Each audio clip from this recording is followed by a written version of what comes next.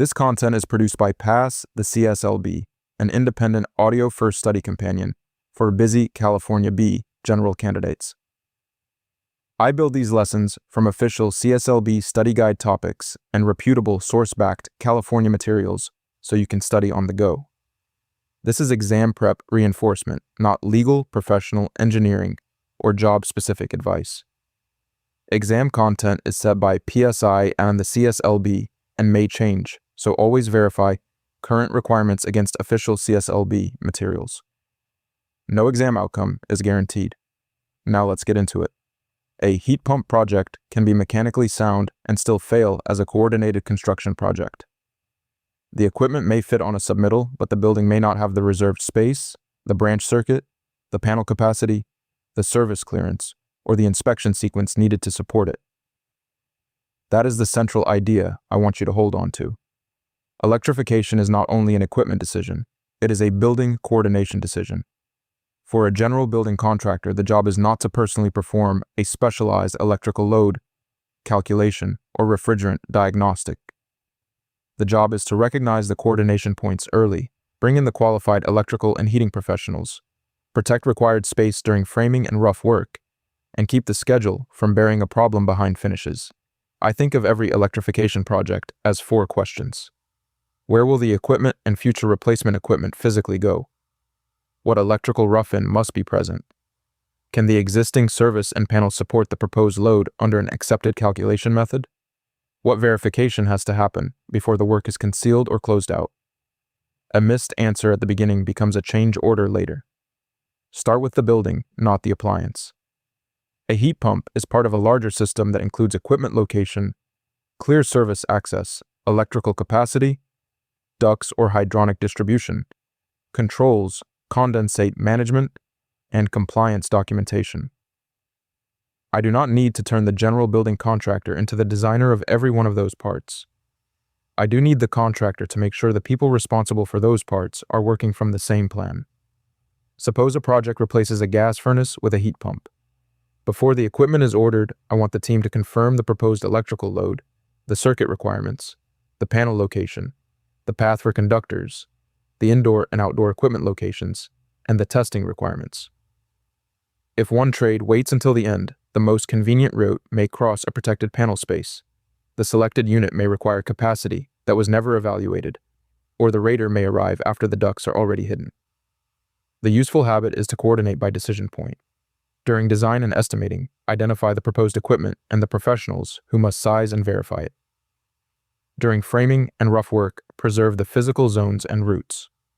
Before concealment, complete the required field verification that depends on access. At closeout, confirm that controls, labels, documentation, and approvals match the installed system. That sequence is not bureaucratic decoration. It is how I keep one trade from solving its own problem by creating a problem for another trade. One of the least intuitive parts of California electrification coordination is that a gas appliance can trigger heat pump readiness work. A contractor may look at a gas water heater or gas furnace and assume the electrical future can be handled years later. The research for this lesson says otherwise for the covered readiness conditions. For a gas or propane water heater serving an individual dwelling unit, the California Energy Code requires an unobstructed future heat pump water heater space at least 2.5 feet by 2.5 feet with a height of at least 7 feet. The practical field issue is framing. A compact gas unit may fit inside a smaller alcove, but the future reserved volume still has to remain available. If a wall, shelf, platform, door swing, or other permanent feature takes that volume away, the current appliance may fit while the building fails the readiness requirement. For a gas or propane furnace, the California Energy Code requires a dedicated 240-volt branch circuit installed within 3 feet of the furnace for future heat pump space heating readiness. I treat that as an early rough-in decision, not a finished stage punch item. The route, termination location, and panel coordination belong in the electrical plan before walls and ceilings close. The reference table on screen puts the main readiness and control checkpoints in one place. The first 2 rows are the physical coordination items. Reserve the future water heater volume, and provide the dedicated furnace branch circuit within the required distance. The other rows deal with heat pump controls and limits that the qualified heating professional must specify and commission. The memory connection is simple. Gas now does not mean electric later can be ignored. Readiness is about preventing the future conversion from requiring avoidable demolition and unplanned service work. I do not claim that every retrofit becomes simple because existing conditions and equipment choices still matter. I do want the contractor to protect the specific space and electrical rough-in that the code identifies. A clean supervision question is, what must remain possible after this gas appliance reaches the end of its service life? That question forces the team to look beyond the appliance sitting on the plans today. Electrical panel coordination involves two different protected zones, and confusing them is an easy way to miss a defect. The first is working space in front of the equipment. The second is dedicated equipment space above the panel footprint. For the baseline working space dimensions identified in this research, electrical equipment requires at least 30 inches of width, or the width of the equipment if that is greater, at least 36 inches of depth, and at least 78 inches of height. This is the zone where qualified personnel stand, open the equipment, operate it, inspect it, and service it. A cabinet, stored material, built-in shelf, or narrow frame passage can destroy that working space even when the panel itself is mounted correctly. The dedicated equipment space is different. It extends vertically from the top of the panel to 6 feet above the equipment, or to the structural ceiling if the ceiling is lower. That space must remain clear of foreign systems such as plumbing and ductwork. A drain line routed over the panel may not block the person standing in front of it, but it can still violate the dedicated equipment space. The comparison table on screen separates the two zones by direction.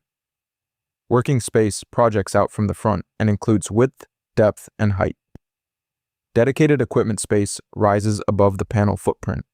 That is the distinction I want you to visualize. Imagine a hypothetical mechanical room. The electrician leaves a clear floor area in front of the panel. Later, the plumber finds a straight path for a drain line across the ceiling directly above it. The front floor remains open, so a quick walkthrough may look acceptable. The defect is overhead. The plumber solved a routing problem by occupying space reserved for the electrical installation. The consequence chain is straightforward. The conflict is discovered during coordination or inspection. The pipe has to be rerouted. That can delay close-in work and create added labor. The better move is to mark the panel footprint and the vertical dedicated zone during layout, then review overhead mechanical routes before rough work is complete. The dimensions are not permission to squeeze every project to the smallest possible box. The exact installation still has to be verified by the qualified electrical professional and the authority having jurisdiction, especially when equipment characteristics or surrounding conditions change the applicable requirement. For general building supervision, the key is to recognize the protected zones early enough that the specialist can verify them before other trades occupy the space. Panel capacity is where estimating can go wrong fast. A panel that looks full is not automatically overloaded, and a panel with open breaker spaces is not automatically capable of accepting a new heat pump. Physical breaker space and electrical load capacity are related coordination issues, but they are not the same question. The California Electrical Code provides methods for determining existing loads. The measured demand option identified in this research uses at least 30 days of advanced metering infrastructure data, commonly called smart meter data. The maximum metered peak demand is multiplied by 1.25. A qualified electrical professional then evaluates the proposed new load under the applicable code method and coordinates acceptance with the authority having jurisdiction. The sequence table on screen shows the measured demand coordination path. First, obtain the required period of smart meter data. Second, identify the maximum metered peak demand. Third, apply the 1.25 multiplier. Fourth, have the qualified electrical professional evaluate the added equipment under California Electrical Code Article 220.87. Fifth, confirm the accepted capacity determination before the bid or installation assumes that a service upgrade is either required or unnecessary. Here is a simple arithmetic example, not an approval decision. Suppose the measured peak is 32 amperes. Multiplying by 1.25 produces 40 amperes. That 40 ampere figure becomes one input in the qualified electrician's analysis. It does not, by itself, authorize a particular heat pump, prove that the service is adequate, or replace review of the proposed equipment and other applicable loads. That distinction protects both safety and the estimate. If I assume an upgrade is required without exploring an accepted calculation method, I may inflate the project cost and schedule. If I assume the panel is adequate because the house has never tripped the main breaker, I may understate the work and create a serious compliance problem. The correct general building move is coordination. Identify the issue, obtain the data, and put the calculation in qualified hands. I also want you to separate three decisions. Breaker space availability asks whether the panel can physically accept the required overcurrent device. Load capacity asks whether the service and equipment can support the calculated demand. Utility and authority coordination asks whether the proposed work is accepted and what additional requirements apply. One open slot answers only the first question, and sometimes not even that, because the equipment listing and panel configuration still matter. The general building boundary matters here.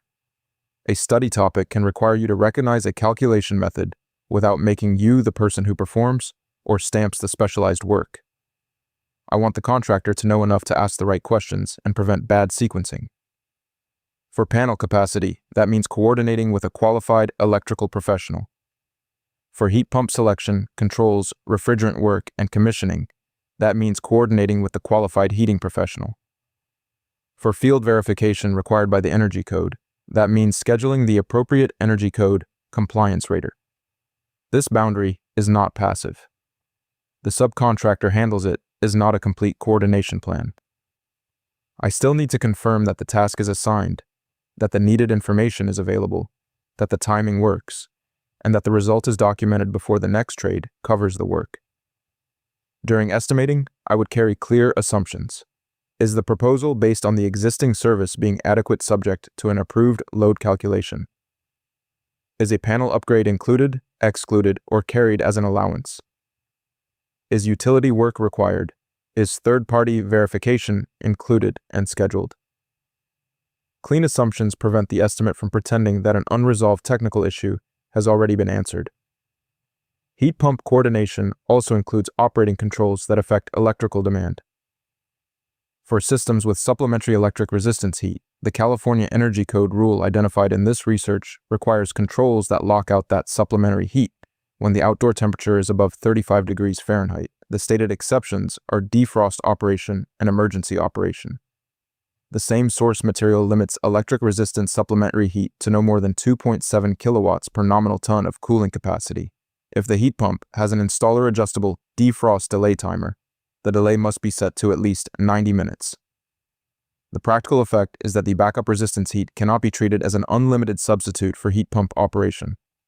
The controls and capacity have to match the code requirements, and the adjustable defrost setting has to be commissioned rather than left at an arbitrary value. I would not ask a general building contractor to redesign the control sequence. I would ask the contractor to verify that the heating subcontractor's submittal, installation, and startup include the required control features and settings. That is a supervision task. Make sure the requirement is not lost between equipment selection, thermostat setup, and final commissioning. A useful memory connection is 35, 2.7, and 90. 35 degrees is the supplementary heat lockout threshold, subject to the stated exceptions. 2.7 kilowatts per nominal ton is the maximum supplementary resistance capacity. 90 minutes is the minimum adjustable defrost delay. I keep those numbers connected to controls, not to panel clearances or duct testing. A heat pump installation is not complete merely because the equipment runs. The research for this lesson identifies third-party field verification for duct leakage, airflow, and refrigerant charge, with the current terminology shifting from a home energy rating system rater to an energy code compliance rater. For a newly installed single-family space conditioning system, total duct leakage must not exceed 5% of the air handler airflow. That is a measurable performance limit, not a visual judgment that the duct connections look tight. The general building coordination issue is timing. Testing that depends on access should be scheduled before finishes make corrections expensive. If ducts are concealed and a leakage test fails, the crew may have to search for defects behind completed work. If the rater is scheduled before close-in, the heating contractor can repair accessible joints and repeat the test without turning a verification problem into a demolition problem. I am careful not to say that the general building contractor personally performs the pressure test, airflow measurement, or refrigerant diagnostic. The general building contractor makes sure the right qualified people are scheduled, the system is ready to test, access is available, and the result is resolved before the project moves past the point where correction becomes destructive. This is another version of the same central principle. Electrification coordination is not one inspection at the end. It is a series of hold points. Equipment space is protected before framing closes. Panel zones are protected before overhead routes are fixed. Capacity is evaluated before the estimate assumes an answer. Diagnostic testing is completed before concealment removes access. When I walk a project, I reduce the entire lesson to a short field check. I look at the equipment location and the future replacement space. I look at the required electrical rough-in. I look in front of the panel and above it. I ask who is performing the load calculation and what data they are using. I ask when the energy code compliance rater is scheduled.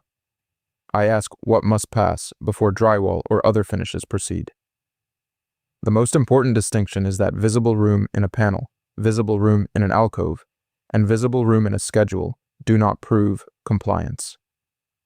Each one has to be measured against the correct requirement. The water heater readiness space has its own dimensions. The electrical panel has working space and dedicated equipment space. Panel capacity has an accepted calculation method. Duct performance has a measured leakage limit. Controls have specific thresholds and settings. This is testable material based on the published CSLB study outline because it sits at the intersection of heating, electrical coordination, estimating, code compliance, and field inspection performance. I would study it as a coordination lesson, not as a collection of unrelated numbers. The shortest memory statement is this: protect the space, prove the capacity, and schedule the verification. Protect the space means equipment footprints, panel working space, and dedicated equipment space. Prove the capacity means a qualified electrical analysis rather than a guess based on breaker slots. Schedule the verification means the rater arrives while correction is still practical. There is an audio practice quiz for this specific episode. I made it audio-based, so the questions are read aloud, and you answer by tapping. I know a lot of people are studying while driving, working, or moving from one job to the next, so the quiz is built for studying on the go. Go to the description below this video. You will see a link that says, Pass the CSLB. Tap it. It will take you straight there. Comment below with any questions about heat pump coordination, panel capacity, clearances, or field verification. Subscribe so you can stay on track through every episode until you get your license. I am here to help you keep moving forward, one clear lesson at a time.